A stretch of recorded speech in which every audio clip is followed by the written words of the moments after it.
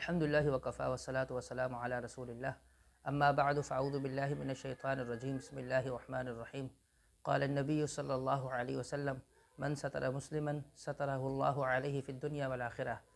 رسول اللہ صلی اللہ علیہ وسلم نے فرمایا، جو شخص کسی مسلمان کی ستر پوشی کرے گا، رب العالمین کل روز قیامت اس کی ستر پوشی کرے گا، اس کا پردہ فاش نہیں کرے گا۔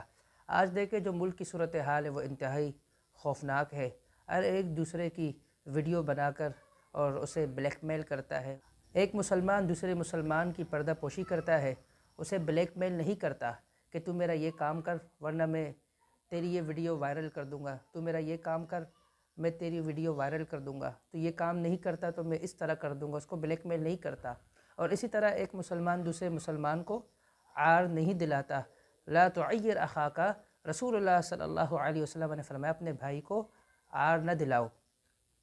سورہ یوسف کے اندر موجود ہے کہ یوسف علیہ السلام کو اس کے بھائیوں نے کنویں میں ڈالا اور اللہ رب العالمین نے اس کو کنویں سے نکالا، اور پھر مختلف پروسیس سے گزرنے کے بعد اللہ رب العالمین نے اس کو بادشاہ بنایا۔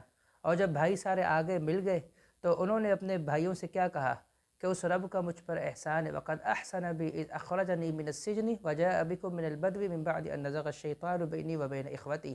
تو اب میں سے جو چاہتا ہے کہ کل روز قیامت اللہ رب العالمین اس کے عیبوں پر پردہ ڈالے، تو انتہائی ضروری ہے کہ وہ دوسروں کی پردہ پوشی کرے۔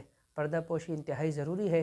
رسول اللہ صلی اللہ علیہ وسلم نے فرمایا کل روز قیامت اللہ رب العالمین اپنے اور بندے کے درمیان ایک پردہ لگا دے گا اور بندے سے کہے گا تو نے یہ بھی کیا تھا، تو نے یہ بھی کیا تھا، تو نے یہ بھی کیا تھا۔ تو اللہ رب العالمین اس بندے کو کہے گا جا آج میں تیری سارے عیبوں پر پردہ ڈالا ہوں، تیرے گناہوں پر پردہ ڈالا ہوں۔ تو یہ اس شخص کے لیے ہوگا جو دنیا میں لوگوں کے عیبوں پر پردہ ڈالتا ہو۔